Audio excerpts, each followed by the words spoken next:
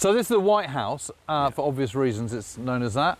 So this is King's Own Scottish Borders. Yes, this is 7th Battalion, King's Own Scottish Borders, who after all, their role was to defend landing zones, so they go out to the Gingle Heath, then they're on the Johanna Heifer, and they're caught up in the 4th Parachute Brigade battle. The King's Own Scottish Borders are another of these, they're a bit like the DLI, they're absolutely everywhere. They're in Burma. Well, this is the 7th Battalion, so there's lots and lots of battalions. Africa, yeah. Italy, you know, they're just everywhere, aren't they? 52nd Lowland Division, they're part of that. Yeah. Peter White is a KSP guy. Of course he is, yeah. Yeah. But these guys, so they're in the Johanna Heifer battle. So they're part of the force that escape over the railway line at the end of the Tuesday afternoon. They're not going through the culvert. No, they're going over it, and any which way they can, right? A company get lost. Yes. During that afternoon, during the fighting, one of the, there's a thing where they describe a tremendous shoot with a Vickers gun, where the fellow on the Vickers gun kills 50 Germans, and they're going, why are we being asked to withdraw? And Peyton Reed is furious that they're told to retreat on the Tuesday afternoon. He says, you never do that. Why would you never disengage with the enemy when you're in contact with him? Why are we doing this? This is completely out of order. We're in control of the situation where we are. But I mean... Yeah, but being out on a limb is not... He doesn't want to be in control for much longer. He doesn't want to be out on his own. He's just plain wrong about that. So they get in here. So what's quite interesting, though, is they get into the perimeter at the end of Tuesday, whereas 1, 5, 6 and 10 para remain outside the perimeter, and you end up with the Hackett's Hollow situation. Yes, right? Which is sort of over there, isn't it? Just kind of over there, really. But basically, they come in here and they invest this part of the perimeter. 21st Independent Parachute Company are that way, the Pathfinders are towards that end, although later on they're moved over to the place where the sore thumb is, to replace 10 para, who are done.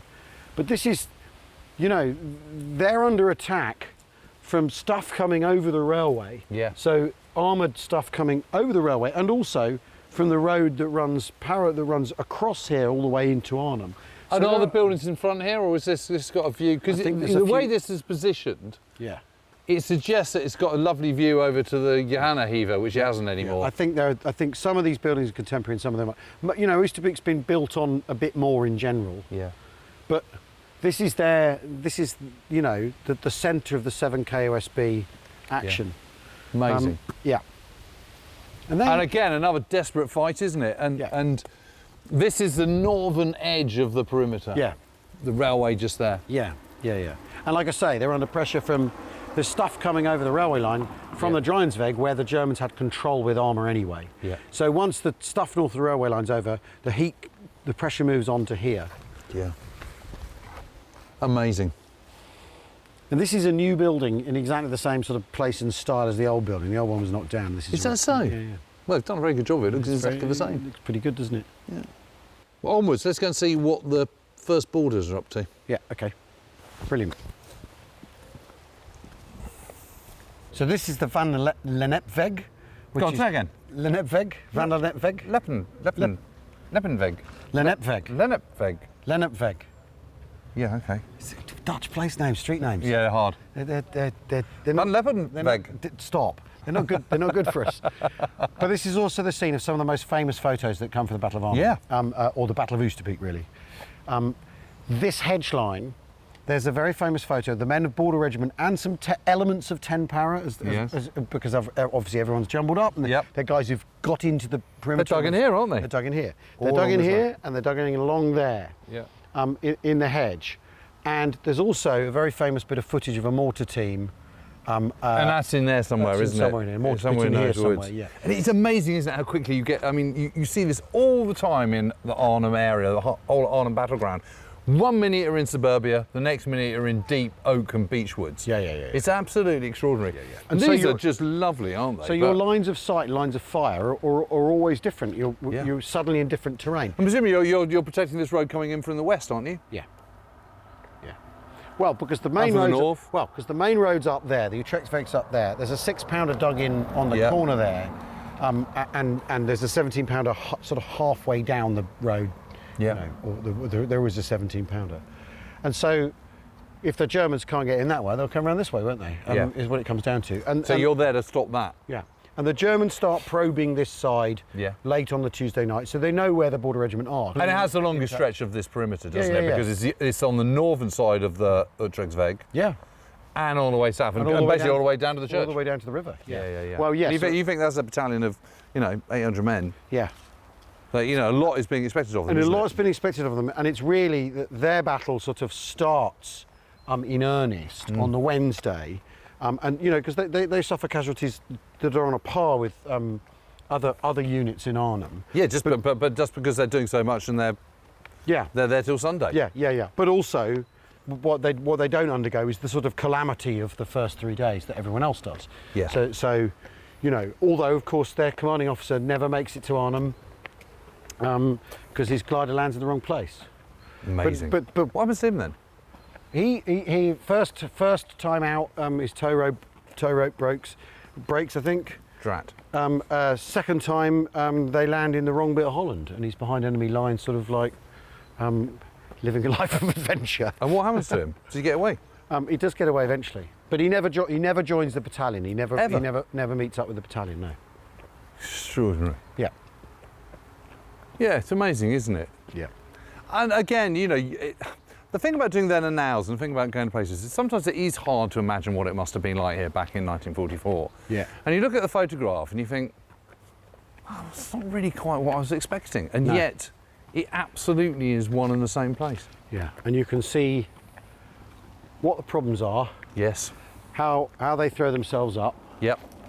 And you can start. I mean, because again, when you look at the map, we've got a couple of maps of where people are, and obviously they use the street lines and they use the house lines. But what you often don't get, and I felt this particularly around where Robert Kane's action was, because there's no contours on that sort of map as such. You can't see. Oh, right, that's a ridge. That's a high piece of high ground. Of course, you can hold that. It looks down over the open ground. Yeah. And all those things that, even in this desperate situation, that's the calculus they're running to. Yeah. Anyway, we're going to keep going. We're going to follow basically the line of the border regiment positions, and we will end up at the bottom, at the base. And I think it may surprise people how narrow things are by the end of the siege here at Oosterbeek.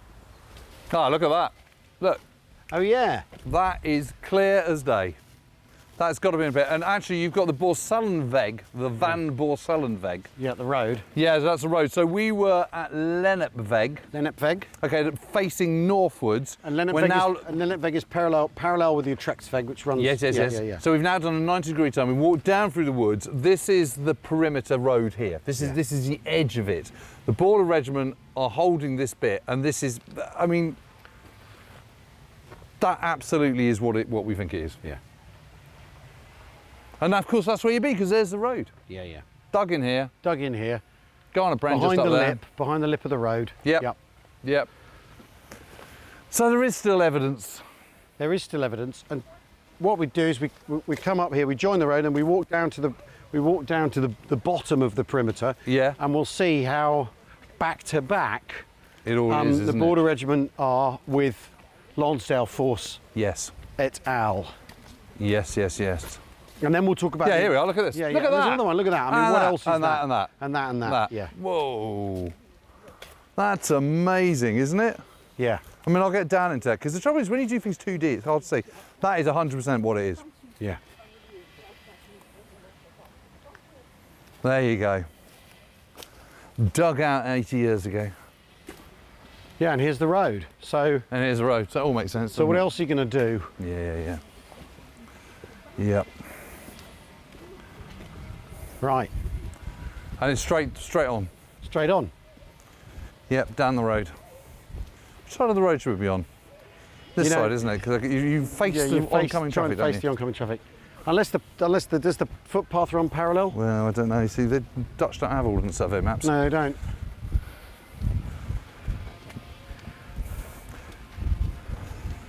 It's the last bastion of things that are good. What, ordnance survey? In the UK, ordnance survey. And footpaths.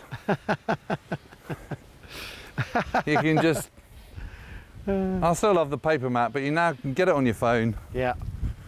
And you can see exactly where you are and you can keep on top of trig points, all of which is very important. But it's quite, you know, we're quite a raised position, aren't we? Well, this is the thing. You took that's exactly what I was starting to think. All the maps I've ever pored over of this, flat as a board. The flat. Do not begin to start to explain to you what the ground offers here actually, and you can see really. Although, let's be honest now, the German centre of gravity is in the east and not in the west in dealing with the Arnhem attack. You know, Germany's to the east. The stuff's coming to the railway station from the east. From the east to Arnhem. And once they've taken back control of Arnhem Bridge as well, you know, all their hub of communications is through Arnhem. Yeah.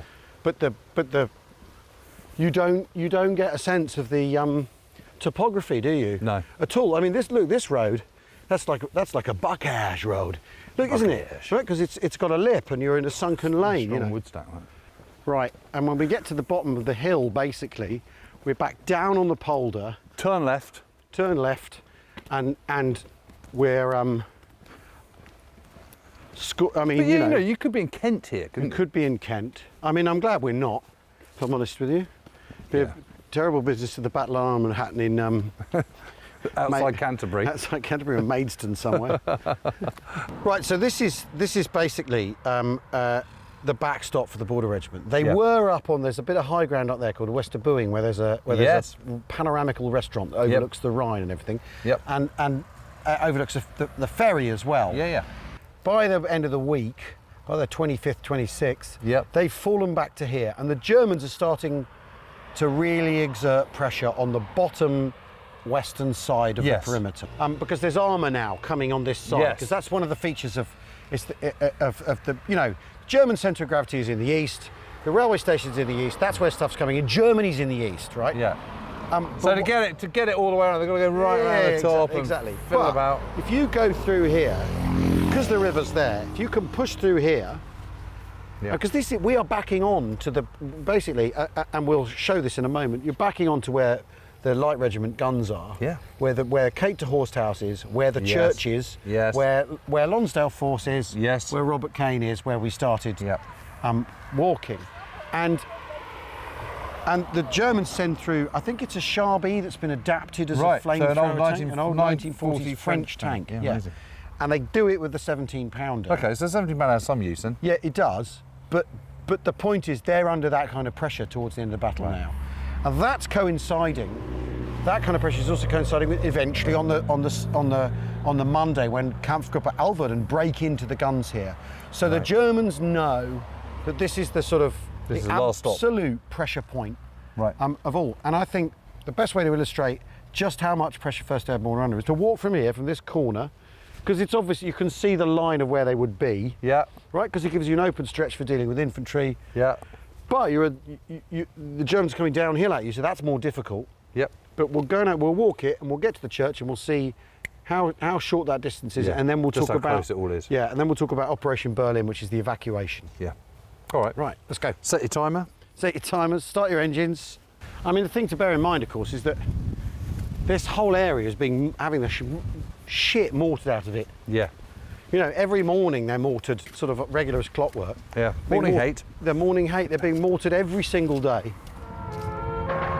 The remnants of 4 battalions rally at Oosterbeek Church under Lieutenant Colonel Lonsdale.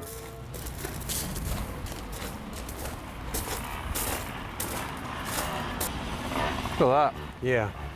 That is not far to here, is it? Well, it's less than 10 minutes, wasn't it? It's less than 10 minutes walk. It's very, very close. The whole thing's close. So we've walked the whole thing. Well, but it's that, I always think it's that last bit where you realise how perilously close they are to being rolled up, and you know that there would be no evacuation on the Monday night. You know that it's touch and go, and I think that you can look at the map and see that, but to actually simply walk it from that corner to here, yeah, because that is it, and then just around the corner is the floodplain of the Rhine. Yep, and that's where they get out. That's where they get out. Operation Berlin. Yeah. So on the Monday morning, it's agreed they're going to So it's the because the Dorsets have tried to get across. Dorsets have tried to get across. Well, they have got across. But well, some got across, and 200 go in the bag or whatever. It's a bad business. They decide to evacuate, and it's 43rd Wessex Division. So it's Von Thoma, my old friend. Von Thomas, Yes. Oliver Thomas, who Urquhart doesn't like. He knows him, doesn't like him, but thinks no one does. He's horrible. But it says in his memoir, but now is the time to sort of get along with him. I have to do my best. Yeah.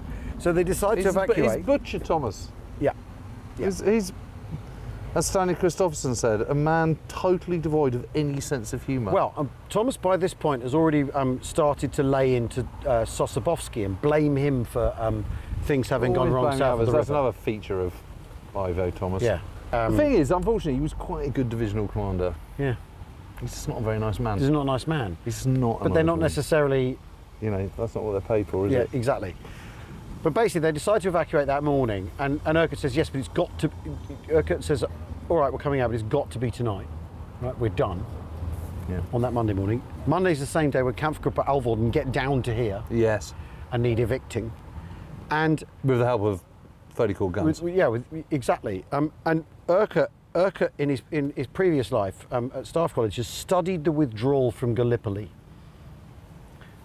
Amazing. And he says, so that's the thing I looked at as the way of doing this. And so they lay tape lines down to the river. Yep. They have machine guns firing on fixed positions. There's a barrage by 30 Corps guns again to keep the Germans' heads down. They leave the walking wounded and the wounded behind, and they peel all from wounded. All the wounded. Pretty much. Pretty much. There's the odd bloke who goes, actually, I'm coming as well, thanks very much. Yeah. But they roll, it's like a collapsing bag or a sock folding in on itself. They start at the top and bring it back down. And the Germans don't realise until noon the next day that they've gone. Wow. Because they're, pretty reticent. I mean, one of the patterns in the way the Germans fight is they become pretty reticent about attacking the perimeter because it's no fun. Yeah. It's difficult. Anyway, they out they go. Men are drowned. The Germans, the Germans are firing on the bank of the Rhine anyway because they think there's something going on. Men are killed crossing. I think 90 or so men are killed in the crossing itself. Or shot, drowned, whatever. But they get people out, but out through here, out behind the church. And if you get the chance, we haven't got time for this, so we aren't going to do it. But if you get the chance, you walk the last. It's a very nice walk, isn't it, across the meadows? It's like a grassy path. Yeah, beautiful walk across the meadow, and then there's the Rhine. I think you've been here for the best part of a week. You haven't eaten, you haven't slept. You've been living on cigarettes, adrenaline, maybe some Benzedrine. If you're lucky. That you get to the Rhine, you think, well, my kit's going to drag me down. So you strip off and you swim the Rhine as the guns crack around you.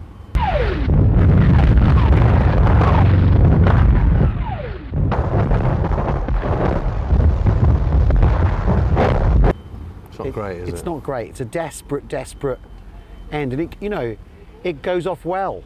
Urquhart himself escapes. He doesn't join. It's interesting. He doesn't wait. He's not the last man out. He just joins the queue with everyone else, which I have mixed feelings about.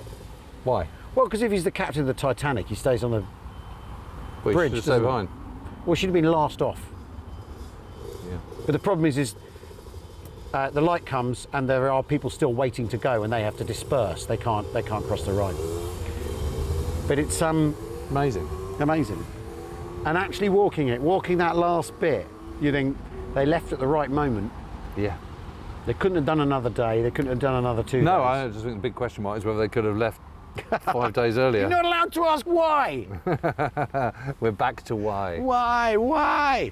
Anyway, that concludes our walking the ground of the perimeter. Yeah, it's been great, hasn't it? It's been great. It's been tremendous. Learned a lot. Particularly about the topography here, which you do not get on the maps. Yes. Which suddenly explains a great deal of it. Yeah, I think so. I think so. Yeah. Must have been a hell of a walk, though, down to that last bit. You are giving up. You are retreating. You are. I mean, obviously, you need to do it to survive, but you're also. It's a moment where you're conceding defeat, really, isn't it? Anyway, thanks for watching. Yeah.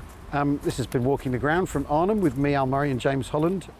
Like, subscribe, comment, as we say in YouTube. I mean, I'm getting used to it now. I mean, I still don't like it. Well, you're feeling a bit more comfortable. You're sounding more comfortable. I don't like it. I don't like it, to be honest. Anyway, thank you for watching. Cheerio.